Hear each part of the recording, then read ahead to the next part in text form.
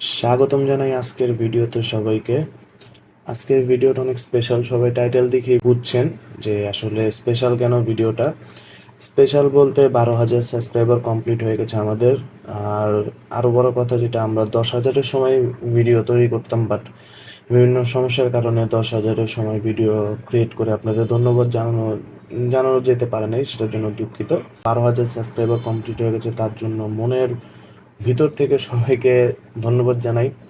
এবং সবচেয়ে বড় কথা, এই 12,000 সাবস্ক্রাইবার জার্নিটা খুব অদ্ভুত ছিল।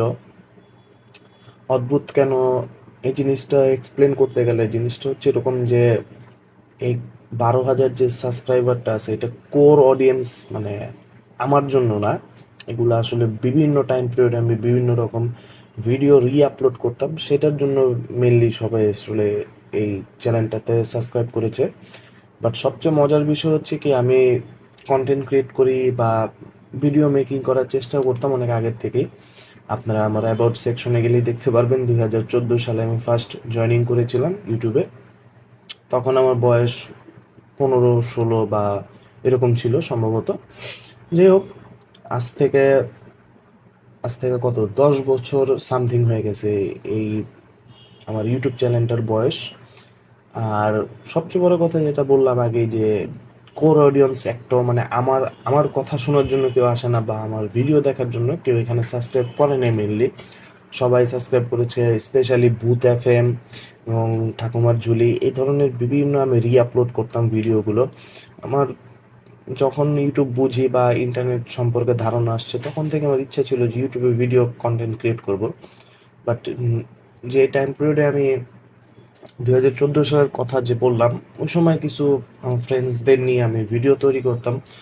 বাট একটা সময় গিয়ে তাদের সাথে আর ওরকমভাবে ভিডিও ক্রিয়েট করা সম্ভব হয় নাই। মেনলি দুই তিনটা দু দু তিনটা এপিসোডের মতো ক্রিয়েট করেছিলাম সম্ভবত, হ্যাঁ 2-3টাই হবে। আহ, ওগুলো আপলোড করার পরে ওরকম রিচ ছিল না ওই সময়, ওই টাইম পিরিয়ডে ইউটিউব কেউ দেখতো না, বা ওরকম প্রচারণা ছিল না। আমার মনে আছে যখন টেলিটক ফার্স্ট টাইম যখন 3G ইন্টারনেট প্রোভাইড করে বাংলাদেশে, তখন আমি সর্বপ্রথম ইন্টারনেটের সাথে ইন্ট্রোডিউস হই মোবাইলের মাধ্যমে। আর এমনি পিসির মাধ্যমে আপনারা বলতে পারেন ওই সাইবার ক্যাফে যেটা বলে, ওই ঘন্টা আধা ঘন্টা ইউজ করতে দিত তখন। টুকটাক ইউটিউবটা খুব কম চেনা ছিল, ফেসবুক বা বিভিন্ন ওই যে ডোরেমনের এপিসোড দেখতে যেতাম, বিশেষ করে সাইবার ক্যাফেতে। ওইসব জায়গা থেকে ডোরেমনের এপিসোড ডাউনলোড করে নিয়ে আসতাম মোবাইলে। যাই হোক, ওই টাইম পিরিয়ডে অনেক সমস্যা ছিল বলতে গেলে কি, মানে একা তো আর কন্টেন্ট ক্রিয়েট করা যায় না। ওই এখনকার সময় আর তখনকার সময়ের মধ্যে আকাশ পাতাল পার্থক্য। বলতে পারেন ইউটিউবে আমি অনেকটা ওজি টাইপের কিছু একটা, মানে ওল্ড ওল্ড গ্যাংস্টার যেটাকে বলে ওজি ডেফিনেশন, বা ওল্ড গড টাইপের, গোড যেটাকে বলে গোড, ওরকম বলতে পারেন। আমি অনেক আগের থেকে ইউটিউবে টুকটাক ভিডিও কন্টেন্ট ক্রিয়েট করি, আপলোড করি, বা নিজের পার্সোনালি কিছু অপিনিয়ন শেয়ার করি। দেখতে পারবেন আপনারা আমার ইউটিউবে ঢুকলে র্যান্ডম কিছু ভিডিও আছে। আমি আগে বলেছি আই মেক র্যান্ডম ভিডিওস, আমার ডিসক্রিপশনে লেখা আছে। Booth F M booth F এমের আপলোড করতাম স্টোরিগুলো। মানে আমি পার্সোনালি শুনতাম আগে স্টোরিগুলো, শোনার পরে যেগুলো আমার কাছে বেটার মনে হয়, বা যেটা মনে হয় মানে আমি পার্সোনালি যেই গল্পটার সাথে কানেক্ট করতে পারি বা ভয় পাই যে গল্প শুনলে, ওই গল্পগুলো আমি সচরাচর আপলোড দিয়ে থাকি। অনেকের পছন্দ হয়, অনেকে বলে ভাল লাগে না বা এরকম। টোটালি আমি তো সব গল্প আর বানাই না, আহ, করি আপলোড করি। কিছু কিছু আপনারা গল্প তো শুনতে পারবেন যে কোয়ালিটি অন্যরকম, মানে ভূত এফএম বাদে কোন কিছু স্টোরি দেখবেন এডিট করা। ওগুলো আসলে আমি পার্সোনালি কালেক্ট করি মানুষের থেকে, কালেক্ট করি। বা বিভিন্ন ভূত এফএম এর একটা বই আছে দুইটা, মানে আমার কাছে ব্যক্তিগতভাবে দুইটা বই আছে। একটা হচ্ছে 12 না 13টা জোনাকি, একটা হলো বুথ এফএম বই সামথিং এরকম নাম। বইগুলো আমার হাতের কাছে নেই, নাহলে আমি ওখান থেকে আপনাদের পড়ে বলতে পারতাম যে বইয়ের নামগুলো কি। যাই হোক, আর দেখবেন আমার পেজে ঢুকলে, যে মানে ইউটিউব চ্যানেলে ঢুকলে দেখবেন একটা আছে হন্টেড ক্লাব নামে একটা সিরিজ তৈরি করতে চাইছিলাম, স্পেশালি কিছু ভূতের গল্প টল্প নিয়ে বা এরকম টাইপের, তো মানে ভূত এফএম স্টাইলেরই। তারপরে দেখবেন কিছু game play, random game play upload করি।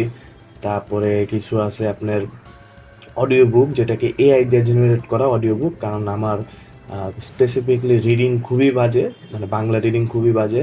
এই চেষ্টা চেষ্টা করিনি এখন পর্যন্ত, মানে ওরকমভাবে প্রপারলি করব ন্যারেট করে বা রিডিং পড়ে গল্প উপস্থাপন করার মতো চেষ্টা আমি কোনোদিন করিও নেই। আর সবচেয়ে বড় কথা, আমার ভয়েস অত ভালো না, যেটা আমি ব্যক্তিগতভাবে মনে করি, নিজের কাছে খুব ইরিটেটিং লাগে। তাও মাঝে মধ্যে নিজের চ্যানেলে দু একটা স্পেশাল গেস্ট এপিরিয়েন্স টাইপের মতোই দিই বলতে গেলে। আর আপনারা আরও লক্ষ্য করতে পারবেন, ঠাকুমার ঝুলি যখন আপলোড করতে মেনলি আমার এই অডিয়েন্সগুলো আসছে হলে ঠাকুমার ঝুলির মাধ্যমেই। ঠাকুমার ঝুলি প্রায় 4,000 থেকে 5,000 সাবস্ক্রাইবার ঠাকুমার ঝুলি মানে অ্যাডিশনালি অ্যাড করে দিয়ে গেছে। এবং ঠাকুমার ঝুলি একটা ভিডিও ছিল আমার, প্রায় 1 মিলিয়নের মতো ভিউ হিট করছিল। বাট স্যাডলি ওটা টেক ডাউন করে ফেলছে। স্বাভাবিক, কারণ আমি অরিজিনাল কন্টেন্ট ক্রিয়েটার না, স্বাভাবিক তারা আমার ভিডিওকে টেক ডাউন করেই ফেলবে। টেক ডাউন করে দেওয়ার পরে র্যান্ডমলি বিভিন্ন রকম ভিডিও ছাড়তাম, দেখতাম অডিয়েন্স আছে।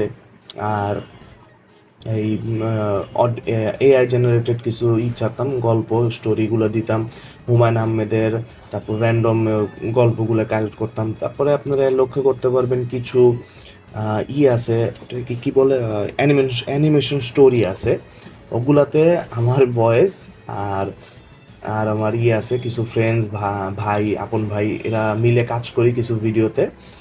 যাই হোক, ওই অ্যানিমেশন ভিডিওগুলো আমার না, ওগুলো জাস্ট ভয়েস ওভার করতাম আমি, যেটাকে বলে ভয়েস ওভার, বাংলায় ভয়েস ওভার করে দিতাম। ইংলিশ ভিডিওগুলোকে আমি দেখতাম, দেখার পরে ওটাকে ট্রান্সলেট করে ভয়েস ওভার করে দিন আপলোড করতাম। বাট ওটা তো ওরকম সাড়া পাইনি, সেই জন্য কাজ করা বন্ধ করে দিছি। আমার সর্বপ্রথম ভিডিও ছিল হচ্ছে, মানে আমি ব্যক্তিগতভাবে পুরোপুরি ক্রিয়েট করেছি, ওটা হচ্ছে রহস্যময় আঙ্কেল। আজ থেকে 5 বছর আগে আপলোড করা হয়েছে। ওই সময়গুলোতে ভিউ ওটা ভিউ আসতো ওই ঠাকুমার ঝুলির কারণে 4,000 2,500 ভিউ আসতো। আর এমনি র্যান্ডম কিছু গেম প্লে, ব্যক্তিগতভাবে আমার গেম খেলতে অনেক পছন্দ, মানে ভালো লাগে, সেই জন্য গেম প্লে ছাড়তাম র্যান্ডম, একটা টোটালি র্যান্ডম। আপনারা যখন আমার ইউটিউব চ্যানেলটাকে সার্চ করবেন দেখতে পাবেন একদম র্যান্ডম ভিডিও কিছু আপলোড করা। সবাইকে ধন্যবাদ যারা এতদিন এই জার্নিতে ছিলেন, সবাইকে মনের থেকে ধন্যবাদ জানাই।